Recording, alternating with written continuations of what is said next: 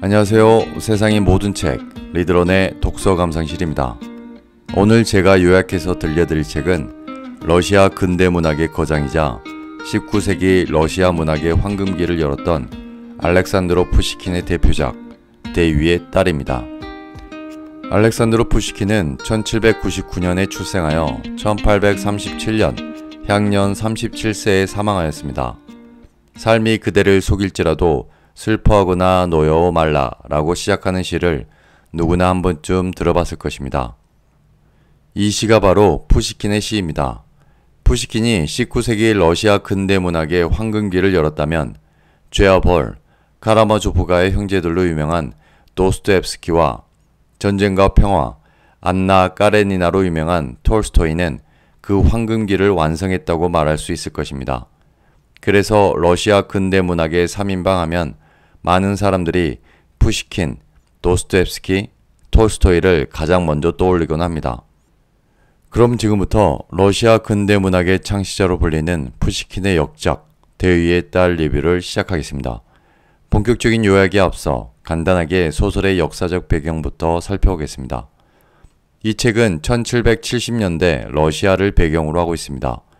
이 시기 러시아는 다른 유럽의 상황과 마찬가지로 황제가 국가를 마음대로 통치하는 전제 군주제였고 백성들은 귀족과 평민, 농노들로 그 계급이 확실히 구분되었던 시대였습니다.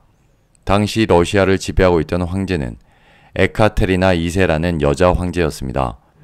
그녀는 자신의 남편이자 황제였던 표도르 3세를 대신해 섭정을 하였고 종국에는 남편을 폐위시키고 스스로 황제가 되어 34년간 러시아를 통치했습니다.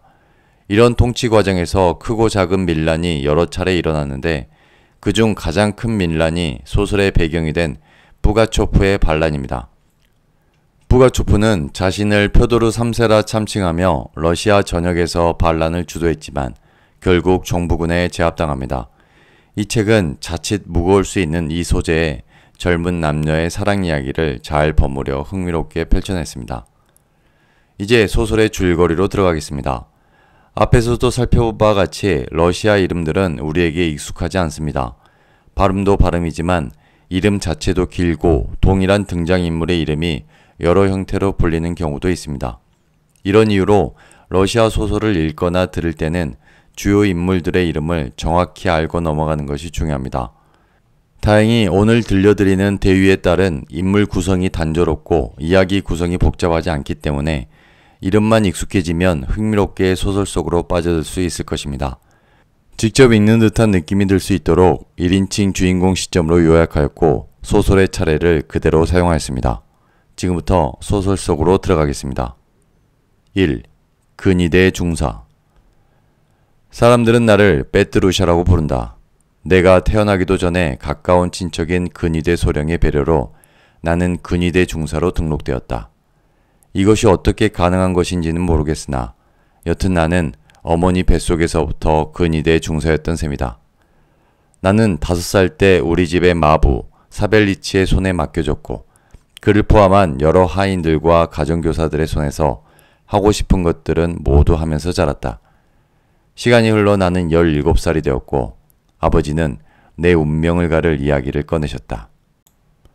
너도 이제 17살이 되었으니 제대로 된 군대에 가야 한다.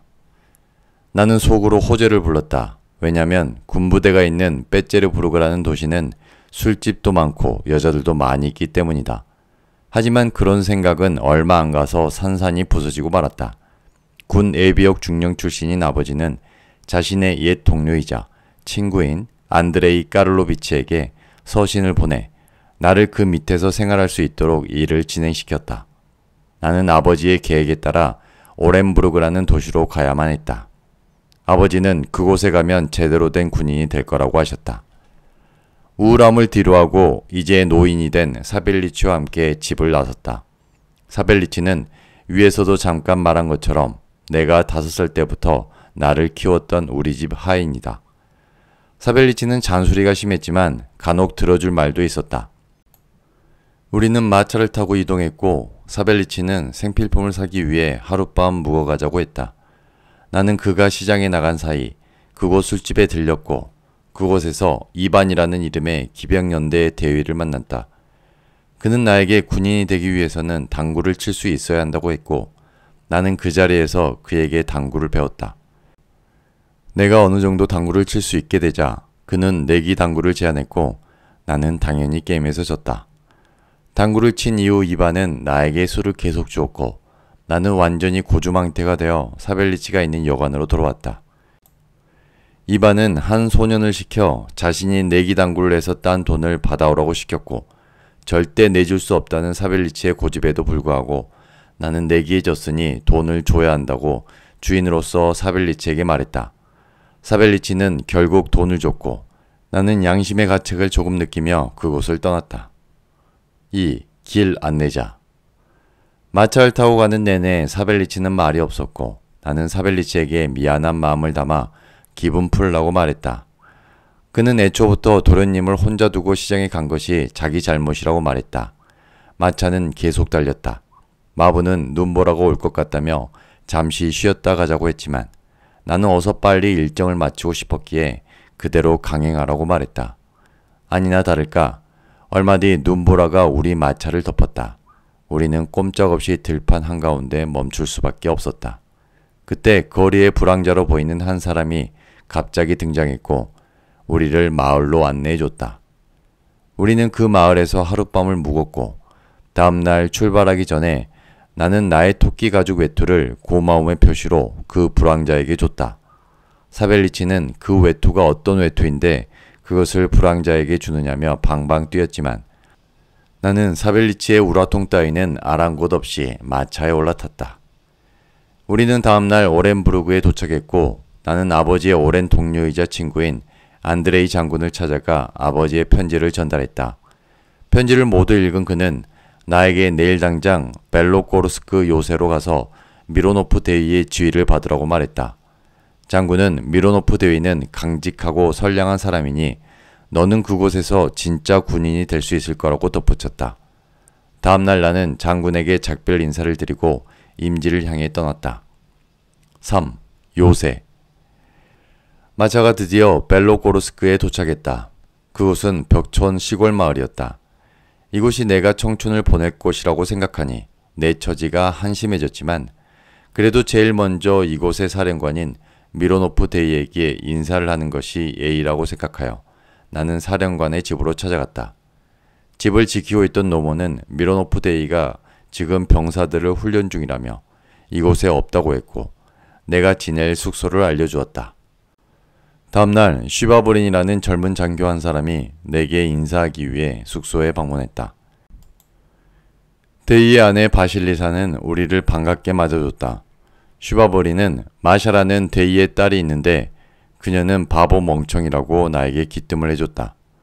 바실리사는 저녁을 먹는 동안 잠시도 쉬지 않고 나에게 질문 공세를 퍼부었다. 부모님 두 분은 다 살아 계시느냐? 어디에 사시느냐? 재정 상태는 어떠하냐 등등. 뒤늦게 미로노프 대위가 합류했고 이들 부부와 여러 이야기를 함께 했다. 식사가 끝난 뒤 나는 쉬바브린의 숙소로 가서 그와 함께 지냈다. 그때까지만 해도 나는 그를 부침성 있는 좋은 친구라고 생각했다. 4. 결투. 이곳에 온 지 얼마나 지났을까? 나는 장교로 승진했고 군대 생활이 조금도 힘들지 않다고 느꼈다. 요새에서는 사열도, 연병도, 초소근무도 없었다. 대위 부부는 정말로 존경받을 만한 사람이었고 그들의 딸 마샤는 얼마 안가 내 앞에서도 수줍음을 타지 않을 정도로 우리는 친해졌다. 쉬바브린과 나는 매일 만났지만 시간이 갈수록 그의 수다가 듣기 거북해졌다. 그는 사령관 가족에 대해 언제나 빈정거리듯 말했는데 특히 마샤에 대한 뒷담화는 들어줄 수가 없을 만큼 심해졌다. 나는 그가 그런 말을 할 때마다 문학이나 시로 화제를 돌렸다. 그날 내가 적은 시를 그에게 보여준 이유도 그런 이유에서였다.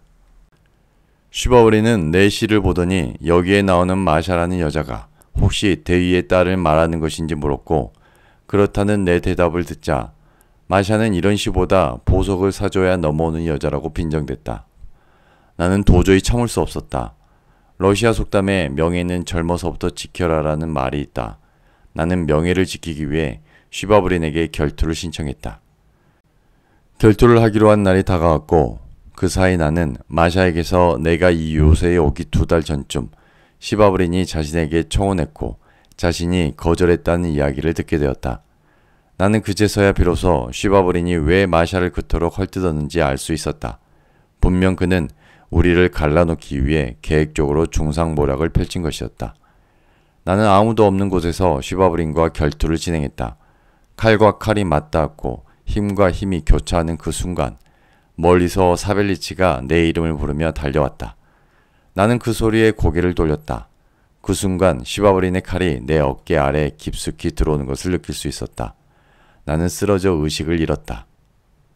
오, 사랑. 나는 닷새 만에 겨우 깨어났다. 내 옆에는 마샤가 울고 있었고 내가 깨어난 것을 보고 사벨리치는 드디어 깨어나셨다며 호들갑을 떨며 소리를 질렀다. 마샤는 내 볼에 키스해주며 저를 위해서라도 어서 쾌차하라고 이야기했다. 나는 그녀도 나를 좋아한다는 것을 확인했고 그 행복이 나의 회복에 박차를 가해주었다. 얼마 지나지 않아 나는 병상에서 일어날 수 있었다. 그 사건으로 영창에 갇힌 쉬바브린은 나에게 용서를 구했고 사령관은 쉬바브린과 내가 화해한 것을 보고 그를 영창에서 풀어줬다. 나는 마샤에게 제대로 청혼을 했다. 나와 함께 행복한 결혼 생활을 시작하자고 말했지만 마샤는 고향에 있는 우리 부모님께 허락을 구하는 게 먼저라고 말했다. 아버지는 나를 아직 철없는 아이로 생각하고 있기 때문에 나는 아버지의 반응이 두려웠다. 나는 아버지께 편지를 썼고 얼마 뒤 아버지의 답장이 왔다. 편지의 내용은 이렇다. 나의 아들 보거라. 미로노프의 딸 마샤와의 결혼을 허락해주고 부모님의 축복을 내려달라는 너의 편지는 이달 15일에 받아보았다. 이 결혼에 대해 나는 허락이나 축복을 내려줄 생각이 추호도 없으면 물론이거니와 너를 단단히 혼내줄 작정이다. 너는 조국의 수호를 위해 너에게 맡겨진 군도로 망나니 녀석과 결투나 하면서 스스로 군도를 차고 다닐 자격이 없다는 걸 보여주었다. 나는 당장 안드레이 장군에게 편지를 써서 네 녀석이 멍청한 짓을 그만할 수 있도록 벨로고로스크 요새에서 어디로든 더 먼 변방으로 전출시켜달라고 부탁할 작정이다. 너의 결투와 부상에 관한 소식을 들은 네 어머니는 억장이 무너져 덜컥 병이 나 아직도 일어나지 못하고 있다. 너는 대체 뭐가 되려고 그러느냐? 하나님께 풍성한 은총은 감히 청할 수 없다마는 그래도 네 녀석이 제정신을 차리게 해달라고 빌어마지 않는 바이다. 너의 아비가. 아버지의 편지는 나에게 깊은 모욕감을 줬다. 마샤에 대해 무시하는 듯한 태도는 극히 무례할 뿐 아니라 부당한 처사라고 생각되었다. 나는 사벨리치가 일러바쳐서 아버지가 이 모든 상황을 알게 되었다고 생각했다. 나는 사벨리치에게 도대체 아버지에게 무슨 말을 전한 거냐고 퍼부었지만 그는 억울해하며 아무것도 말한 게 없다고 했다. 결국 의심의 화살은 쉬바브린에게 돌아갔다. 고자질로 인해 내가 요새에서 쫓겨나고 사령관 가족과 헤어지게 된다면 가장 좋아할 사람은 그 녀석밖에 없기 때문이다. 나는 마샤에게 우리끼리 먼저 혼인하자고 했지만 마샤는 부모님의 허락 없이는 절대 결혼할 수 없다고 재차 말하며 당분간 나를 찾아오지 않았다. 나도 사령관의 집으로 찾아가지 않았다. 나는 고독과 무의를 자양분으로 하는 우울한 상념 속으로 빠져들었다. 그러던 중 뜻밖의 사건이 일어나 내 영혼에 힘차고도 행복한 전율을 안겨주었다. 6. 뿌가초프의 반란. 어느 날 아침 사령관이 요새의 장교들과 몇몇 하사관들을 불러 모았다. 장교인 나와 쉬바브린 그리고 하사관인 막시미치, 이반 이그나치치는 사령관 집에 모두 모였다. 사령관은 우리에게 장군이 보낸 편지를 보여줬다. 요지는 이렇다. 뿌가초프라는 악당이 자신을 따르는 무리들을 규합하여 반란을 일으켰고 가는 곳마다 약탈과 잔인무도한 살인을 했고 벌써 몇몇 요새들이 점령당했다는 것이다. 고로 대의는 이 문서를 수령하는 즉시 상기 악당 뿌가초프를 격퇴하기 위한 적절한 조치를 취하고 일망타진하라는 명령이었다. 사령관은 나와 쉬바브린에게 즉시 전투 준비를 하라고 명령했다. 우리는 대여를 정비했고 그동안 쓰지 않았던 대포 등 무기를 점검하라는 지시를 병사들에게 하달했다. 마을은 어느새 곧 전투가 일어날 거라는 소문에 휩싸였고 모든 사람들은 뿌가초프가 누구인지 얼마나 악명이 높은지에 대해 이야기하기 시작했다. 며칠 후 뿌가초프가 우리 요새에 경문을 보내왔다. 경문에는 조만간 우리 요새에 쳐들어오겠다고 선언하면서 저항할 경우 엄단할 것이니 저항을 포기하라는 공고였다. 우리는 사령관 집에 모여 다시 논의를 시작했다. 사령관의 아내 바실리사는 극도로 불안한 목소리로 우리와 가장 가까이에 있는 니즈네우 요새가 오늘 아침 뿌가초프에게 함락되었다고 말했다. 이제 우리는 당장이라도 있을지 모를 뿌가초프의 습격에 현실적으로 대비해야만 했다. 나는 무엇보다 마샤를 안전한 곳으로 대피시켜야 한다고 생각했고 사령관에게 건의했다. 사령관은 아내에게 딸과 함께 안전한 곳인 오렌부르크로 피해 있으라고 했지만 아내 바실리사는 자신은 이곳에 남아 당신과 함께 할 것이라며 딸 마샤만 대피시키겠다고 말했다. 나는 마샤에게 마지막 인사를 했다. 잘 가요 내 사랑, 내 소중한 사람이여. 나한테 무슨 일이 생긴다 해도 내 마지막 생각, 내 마지막 기도는 당신을 위한 것을 믿어주어. 마샤는 내 가슴에 고개를 파묻은 채 흐느껴 울었다. 나는 그녀에게 뜨거운 키스를 해주고 서둘러 밖으로 나갔다. 7. 습격. 다음날 아침 뿌가초프와 반란군들이 우리 요새 주변에 진을 쳤다는 보고가 들어왔다. 사령관은 나를 불렀고 요새의 전 군사들은 언덕이 내려다 보이는 망루에 모여 전투 준비를 했다. 어쩐 일인지 쉬바브리는 보이지 않았다. 뿌가초프와 반란군들은 언제든 요새를 공격할 수 있는 준비를 마친 것 같았다. 나는 마샤가 요새를 벗어나지 못했다는 사실을 알게 되었다. 사령관은 병사들에게 명예롭게 싸우다 죽자고 말했고 그의 말이 다 끝나기도 전에 뿌가초프와 그의 군대는 요새의 성벽을 허물어버렸다. 손쓸 시간도 없이 우리 요새는 뿌가초프에 의해 점령당했다. 사령관이 제일 먼저 끌려갔고 충성서약을 강요받았지만 사령관은 명예로운 죽음을 택했다. 그들은 두 번째로 나를 끌고 왔다. 뿌가초프의 옆에는 그동안 보이지 않았던 쉬바브린이 그들과 비슷한 옷을 입고 나란히 서 있었다. 그는 뿌가초프의 귀에 대고 몇 마디 속설거렸다. 나는 뿌가초프와 쉬바브린을 똑바로 노려봤다. 그들은 나에게도 충성서약을 강요했지만 나는 응하지 않았다. 목을 매다는 줄이 내 목을 감쌌다. 나는 겁낼 것 없다고 마음속으로 계속 외쳤다. 그때 갑자기 사벨리치가 뿌가초프의 발 아래 넙죽 엎드리며 멈추라고 소리쳤다. 사벨리치는 뿌가초프에게 내가 부유한 귀족의 자제라고 말했고 자비를 베푸신다면 몸값을 두둑히 받을 수 있을 거라고 말했다. 뿌가초프는 사벨리치의 조금 엉성한 말을 듣고 의외로 쉽게 나를 풀어줬다. 그때 머리는 산발을 하고 옷은 다 벗겨져 벌거숭이가 된 바실리사가 악당들에게 잡혀서 끌려 나왔다. 그녀는 남편 미로노프 대위의 시신을 보고 악에 받쳐 발악을 냈고 그 자리에서 죽임을 당했다. 마샤는 어디에도 보이지 않았다. 8. 불청객. 한바탕 태풍이 휩쓸고 간 듯했다. 광장은 텅 비었고 나는 여전히 그 자리에 서 있었다. 마샤의 생사를 알 수 없다는 것이 무엇보다 나를 괴롭혔다. 그녀는 살았을까? 살았다면 도대체 어디에 있는 걸까? 나는 사령관의 집으로 갔고 처음으로 마샤의 방을 열어봤다. 여러 집기들이 여기저기 쓰러져 있었다. 그때 장롱에서 인기척이 들렸고 열어보니 마샤의 하녀였다. 그녀는 마샤가 신부님 댁에 숨어 있다고 했고 살아있다고 했다. 나는 당장 신부님 댁으로 갔다. 가는 길목마다 어제 우리 요새를 점령했던 무리들이 술을 마시고 있었다. 신부의 부인은 나에게 마샤가 안전하게 숨어 있다고 했다.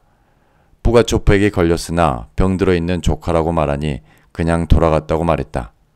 그때 밖에서 술 취한 악당들이 술을 갖다 달라고 말했고 신부의 부인은 나에게 일단 오늘은 돌아가는 게 좋겠다고 말했다.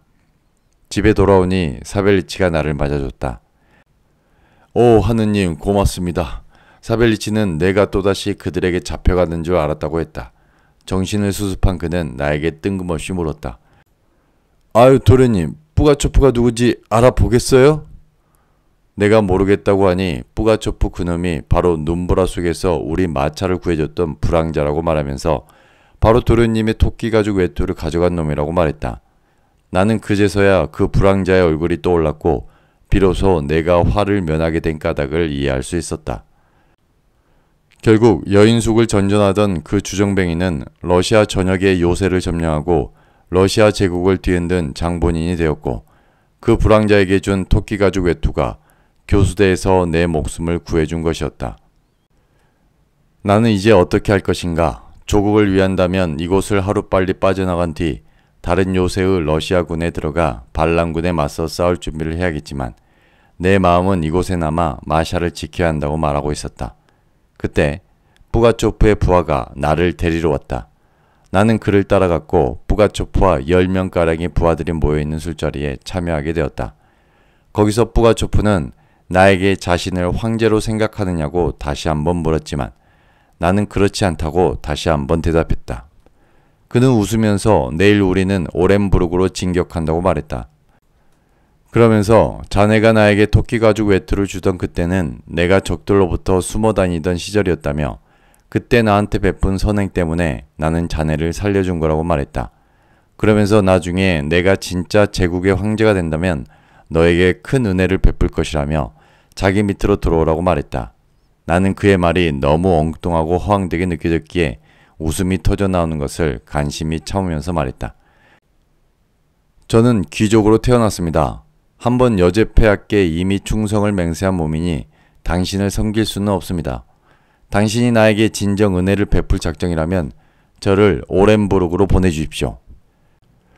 그는 내가 너를 살려주면 적어도 나에게 칼을 겨누지는 않겠지라고 물었지만 나는 군인이니 명령이 떨어지면 따를 수밖에 없다고 말했다.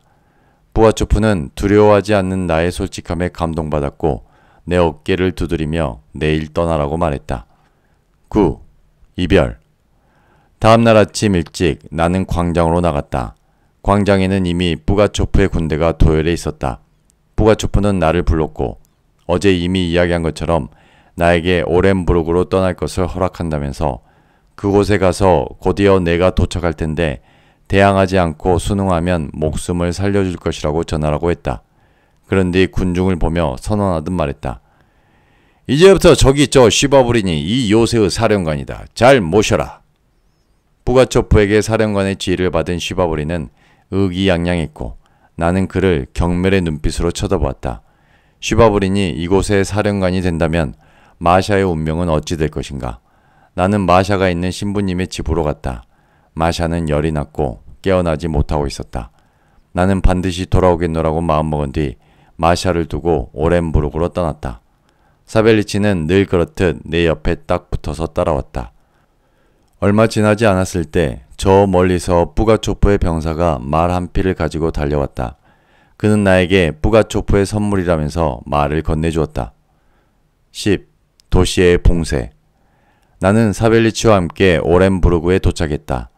나는 즉시 장군을 찾아가 벨로고르스크 요새에서 일어났던 모든 일들을 보고했고 지금 뿌가초프의 병력이 이곳으로 이동 중이라고 말했다. 장군은 바로 장교회의를 소집했다. 10여 명의 장교들은 모두 성을 지키면서 방어전을 하자고 주장했고 나 혼자 성 밖으로 나가 공격해야 한다고 주장했다.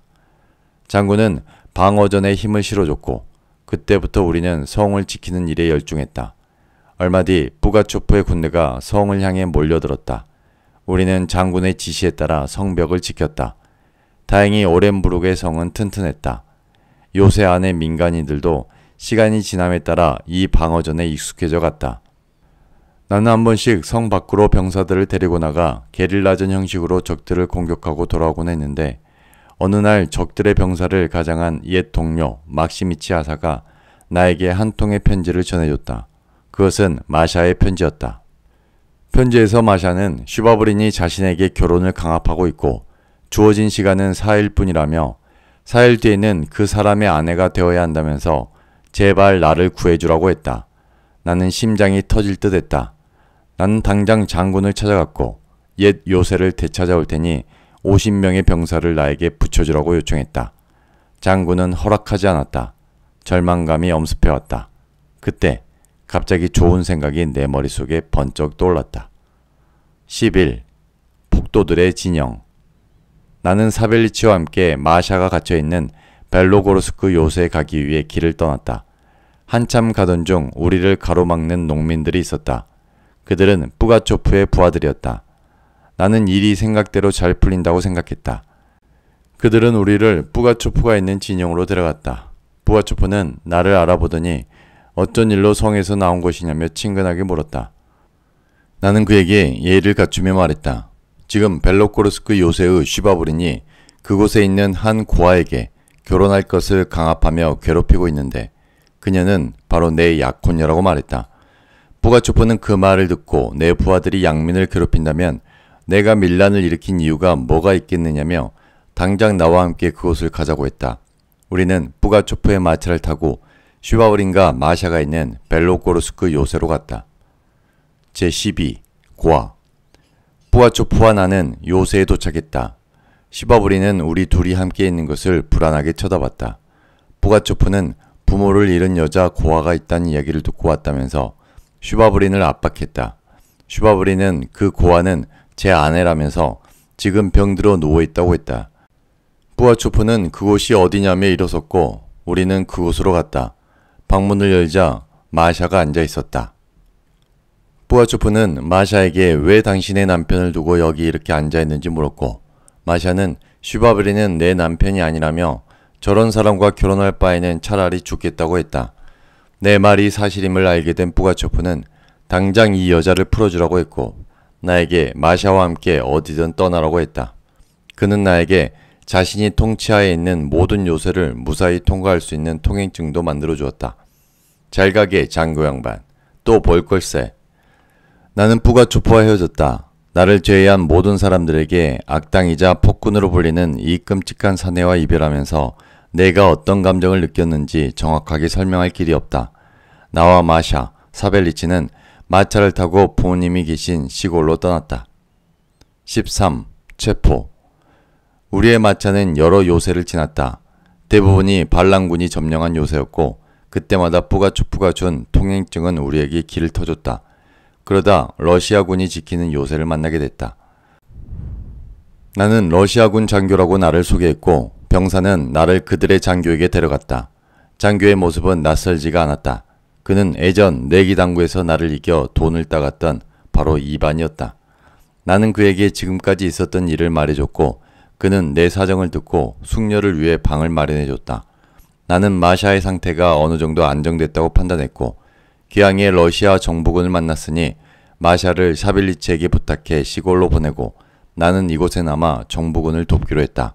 한시도 나와 떨어질 수 없다던 사벨리치도 마샤에 대한 나의 마음을 알았기에 순순히 그러겠다고 했다. 시골의 부모님은 사벨리치와 함께 온 마샤를 며느리로 받아줬다. 특히 마샤가 죽은 대위의 딸이라는 것은 아버지의 마음의 빗장을 열기에 충분했다. 나는 이반의 군대를 이끌고 반란군과 수차례 전투를 치렀다. 여기저기서 전세가 역전되고 있다는 이야기가 들려왔고 마침내 뿌가초프가 잡혔다는 소식이 전해졌다. 나는 이제 모든 게 다 끝났구나 생각했고 한편으로는 사로잡힌 뿌가초프에게 조금의 동정심이 생기기도 했다. 내가 마샤가 있는 시골집으로 떠날 준비를 하고 있을 때 갑자기 이반이 나를 불렀다. 그는 나에게 중앙군대의 사령관이 보낸 한 통의 명령서를 보여줬다. 그것은 각 부대장 앞으로 발송된 비밀 지령서로 어디서건 나를 발견하는 대로 체포하여 즉시 뿌가초프 반란 진상조사위원회가 있는 이곳에 감금하라는 내용이었다. 갑자기 머리가 띵했다. 머리가 아팠지만 나는 뿌가초프와의 사이에서 러시아 제국에 해가 될 만한 행동을 한 게 없으니 당연히 해명만 하면 된다고 생각했다. 14. 심판. 나는 위원회에 불려갔고 그곳에서 지금까지 있었던 모든 사실을 솔직하게 말했다. 심사위원들은 내가 뿌가초프와 붙어먹었다고 고발한 사람이 있다고 말하면서 3자 대면을 하자고 했는데 그는 바로 쉬바브린이었다. 쉬바브린은 발에 족쇄를 차고 걸어온 뒤 내가 마치 뿌가초프의 간첩이라도 된 듯이 말했다. 나는 사실대로 성실히 답했지만 끝내 위원들은 나의 말을 믿어주지 않았다. 나는 마샤를 생각했다. 마샤의 증언이 있다면 나는 풀려날 수 있을 것이다. 하지만 그러기 위해서는 마샤를 증언대에 세워야 하고 그것은 겨우 안정을 찾게 된 그녀를 또다시 위험에 노출시키는 것이라 생각했다. 나는 혼자 모든 것을 감수하기로 했다. 그들은 나에게 시베리아 벽촌에서 종신토록 갇혀 지내는 종신형을 선고했다. 느닷없이 날아온 이 충격적인 소식에 시골에 계신 부모님은 쓰러지셨고 마샤는 어디론가 떠날 준비를 했다. 며칠 뒤 마샤는 황실이 있는 지역에 도착했다. 숙소에 짐을 푼 다음날 아침 마샤는 공원을 산책하다가 개 한 마리를 데리고 나온 한 여성을 만났다. 그 여성은 물지 않으니 걱정 말라고 마샤를 안심시켜줬고 이곳 여성이 아닌 것 같다면서 누구의 딸인지 물었다. 마샤는 미로노프 데이의 딸이라고 말했다. 그녀는 미로노프 데이가 반란군과 대항하다 용감히 전사했다는 사실을 알고 있었기에 무슨 일로 이곳까지 오게 된 것인지 물어도 되겠느냐고 했고 마샤는 지금까지 있었던 모든 일들을 하나도 빠짐없이 말해줬다.